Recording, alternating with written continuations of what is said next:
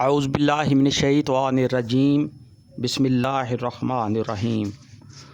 سورہ التکویر۔ ترش شروع ہوا اور بے رخی برتی اس بات پر کہ وہ اندھا اس کے پاس آ گیا۔ تمہیں کیا خبر، شاید وہ سدھر جائے یا نصیحت پر دھیان دے، اور نصیحت کرنا اس کے لیے نافع ہے۔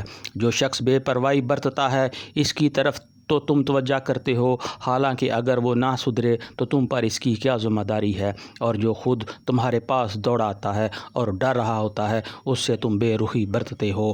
ہرگز نہیں، یہ تو ایک نصیحت ہے، جس کا جی چاہے اسے قبول کرے۔ یہ ایسے صحیفوں میں درج ہے جو مکرم ہیں، بلند مرتبہ ہے، پاکیزہ ہیں، معزز اور نیک کاتبوں کے ہاتھوں میں رہتے ہیں۔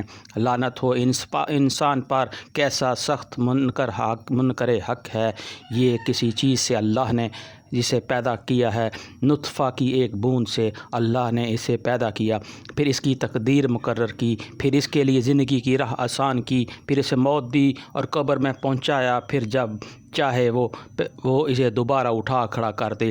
ہرگز نہیں، اس نے وہ فرض ادا نہیں کیا جس کا اللہ نے اسے حکم دیا تھا۔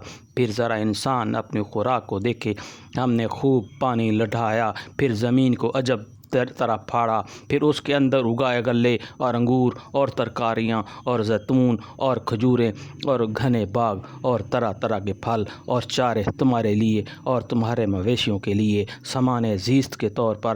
آخرکار جب وہ کان بہرے کر دینے والی آواز بلند ہوگی، اس روز آدمی اپنے بھائی اور اپنی ماں اور اپنے باپ اور اپنی بیوی اور اپنی اولاد سے بھاگے گا۔